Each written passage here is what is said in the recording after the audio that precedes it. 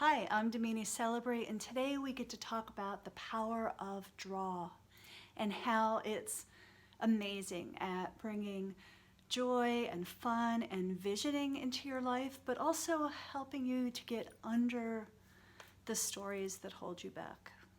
The fourth step of the Soulscape process is draw. Now that you've dropped deeper into your soul consciousness, you begin to have a conversation with color.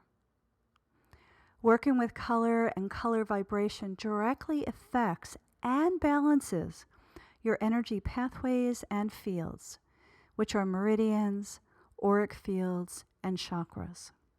So when you draw or paint, you not only have the opportunity to move beyond your personal limitations, you also begin to balance your energy centers because of the healing vibrations of color.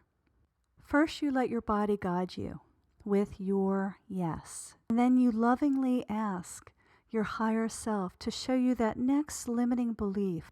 And that moment of healing or change isn't always a big bombastic event, but a slow unfolding of you.